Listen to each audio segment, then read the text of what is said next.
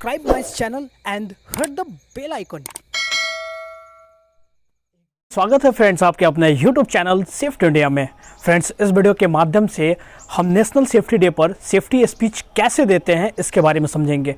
Friends, उस दिन बहुत सारे लोग स्पीच देने वाले रहेंगे, जैसे engineer, project manager, supervisor, staff, worker, तमाम तरह के लोग उस दिन स्पीच देंगे।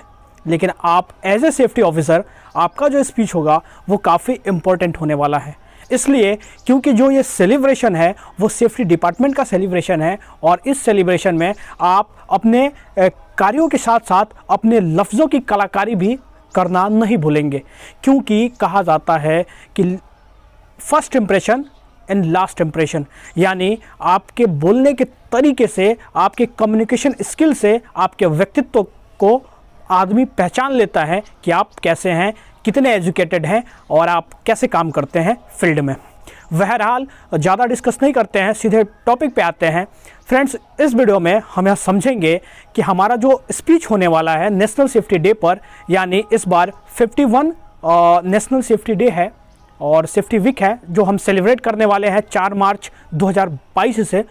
इसके लिए हमको अपना भाषण कैसे तैयार करना है, तो सबसे पहले हम पॉइंट टू पॉइंट चर्चा करते जाएंगे ताकि आप इस पॉइंट को नोट करके आप उस पर एक अपने तरीके से भाषण को तैयार कर पाएंगे, ताकि उसे याद करने में काफ़ी आसानी होगी। एक्चुअली अगर मैं बोल के भाषण अगर आपको बता दूं तो सेम टू सेम कॉपी करना ये कहीं से सही नहीं है। कॉपी करना ये मैं अलाउ नहीं करता हूँ। आपको अपने तरीके से अपने नॉलेज को यूज़ करके आपको अपना स्पीच तैयार करना है। तो सबसे पहले हमको क्या करना है, सबसे पहले जैसे ही हमारे नाम का अनाउंस होता है, सबसे पहले हम स्टेज पर जाते हैं। स्टेज पर जाते ही जो सबसे पहले मंच पर बैठे रहेंगे, जो हमारे सीनियर्स होंगे, जो हमारे स्टाफ होंगे और जो क्लाइंट के पर्सन होंगे, हमको उनका अभिवादन करना है। उनके अभिवादन के बाद हमको अपने वर्कर्स का अभिवादन करना है, क्योंकि मेजॉरिटी वर्कर की रहेगी और वो सामने बैठे रहेंगे। तो आप अगर उनको अपने स्टाफ का अभिवादन करते हैं, सीनियर पर्सन का अभिवादन करते हैं और वर्कर का अभिवादन नहीं करते हैं तो ये डिसरिस्पेक्ट होगा और इससे वर्कर में थोड़ा सा खुन्नस उत्पन्न होगी। इसलिए आपको दोनों को मैनेज करके चलना है। ग्रीटिंग के बाद सबसे पहले आपको क्या करना है, आपको नेशनल सेफ्टी डे के बारे में बताना है कि नेशनल सेफ्टी डे हम क्यों मनाते हैं, इसके पीछे का क्या पर्पस है। सबसे पहले आपको थोड़ा सा इसके इतिहास के बारे में चर्चा करना है कि फैक्ट्री बहुत पहले से चलते आ रहे हैं। आपने पढ़ा होगा इतिहास में कि जब अंग्रेज़ 1600 ईस्वी में आए थे, उसके बाद से पश्चिम बंगाल में कपड़े की कारखाना, सूती वस्त्र के कारखानाएँ स्टार्ट हो गई थी।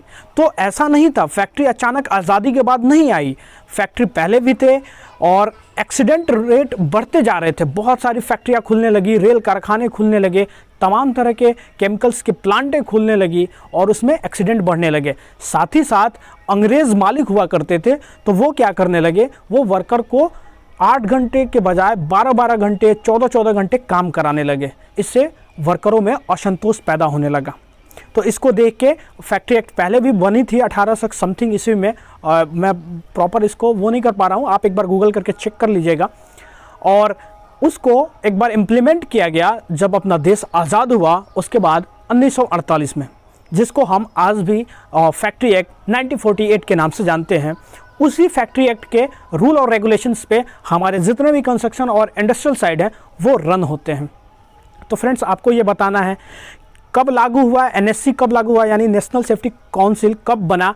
तो सबसे पहले आपको थोड़ा सा उनको ब्रीफ कर देना है कि 1965 में जनवरी से फरवरी के टाइम में एक मीटिंग हुई थी और फरवरी के बाद दिसंबर में भी मीटिंग हुई थी, जिसमें सर्वपल्ली राधाकृष्णन जी मौजूद थे और वहीं एक प्रेस कॉन्फ्रेंस हुई और चर्चा हुई कि हमारे अपने इंडस्ट्रियल घरानों को और वहाँ के एक्सीडेंट इंसिडेंट रिपोर्ट को मिनिमाइज़ कैसे किया जाए, इस पर बैठक हुई और उसके बाद बना नेशनल सेफ्टी काउंसिल।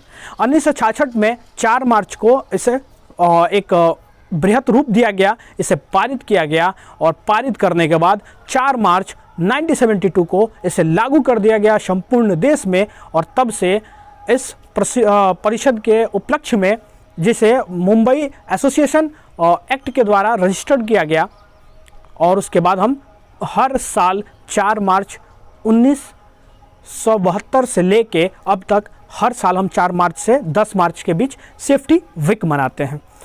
1972 में हमारा पहला सेफ्टी वीक था और इस बार जो हमारा है वो 51वां सेफ्टी वीक है। तो आप इसे याद रखेंगे और थोड़ा सा ब्रीफ कर देंगे तो आपके वर्कर, आपके स्टाफ, बाकी जो लोग नहीं जानते होंगे कि सेफ्टी वीक क्यों मनाते हैं वो जान जाएंगे। देन उसके बाद क्या करना है, आपको देखना है कि वहाँ का माहौल कैसा है। माहौल के अनुसार आपको शायरी कम से कम 4 से 5 याद करके रखनी होगी। जोशीले शायरी होनी चाहिए, मोटिवेशनल के तौर पे शायरी होनी चाहिए और आप बीच बीच में देखते रहें। यदि वर्कर और स्टाफ अगर उनका मन नहीं लग रहा है सुनने में तो आप शायरी करके उनको फिर से उनका ध्यान आकृष्ट करा सकते हैं अपनी तरफ। देन उसके बाद क्या करना है, शायरी करने के बाद आपको अपने जो कार्यस्थल हैं, कार्य पर आपने क्या क्या नई तकनीक को लागू किया है, अपने एक्सीडेंट से बचने के लिए कौन कौन से परियोजनाओं को आप चालू करके और अपने साइट पर इम्प्लीमेंट किए हैं उसके बारे में बताना है। और किसी पार्टिकुलर सब्जेक्ट पर आपको एक अच्छे तरीके से ब्रीफ करना है, जैसे स्काफोल्डिंग सेफ्टी हो गई, हॉट वर्क सेफ्टी हो गई, या एक्सकावेशन सेफ्टी हो गई, या किसी भी प्रकार के केमिकल सेफ्टी हो गए। किसी भी एक टॉपिक पे आपको उसमें अच्छे से ब्रीफ करना है। ब्रीफ करने के बाद आपको आगे के जो 4 मार्च से लेकर 10 मार्च तक के जो कार्यक्रम है उसको थोड़ा थोड़ा शॉर्ट में आपको बोल देना है। बोलने के बाद आपको अपने वर्करों का फिर से अभिवादन करना है। अभिवादन करने के बाद अपने भाषण को यहीं समाप्त करना है। फ्रेंड्स, याद रहे हमेशा भाषण देते समय आपकी जो शैली है, बोलने के तरीके हैं, वो काफ़ी इम्पोर्टेंट और काफ़ी मायने रखते हैं कि आप उसको कैसे प्रेजेंट कर पा रहे हैं पब्लिक के बीच में। तो आप हमेशा जो बना रहे हैं, जो लिख रहे हैं, उसको अच्छे से रीड करके जाएं और मंच पर चढ़ते हुए पूरे आत्मविश्वास के साथ अपने भाषण को डिलीवर करें। Thank you friends. यदि आपको लगता है कि किसी और भी पॉइंट को इसमें इंक्लूड किया जाए, यानी शामिल किया जाए, तो मैं बिल्कुल शामिल करूंगा। आप कमेंट करके बताइए और मैं नेक्स्ट वीडियो इस पर ज़रूर लाऊंगा। फिलहाल के लिए चैनल को सब्सक्राइब करिए, वीडियो को लाइक करिए। Thank you.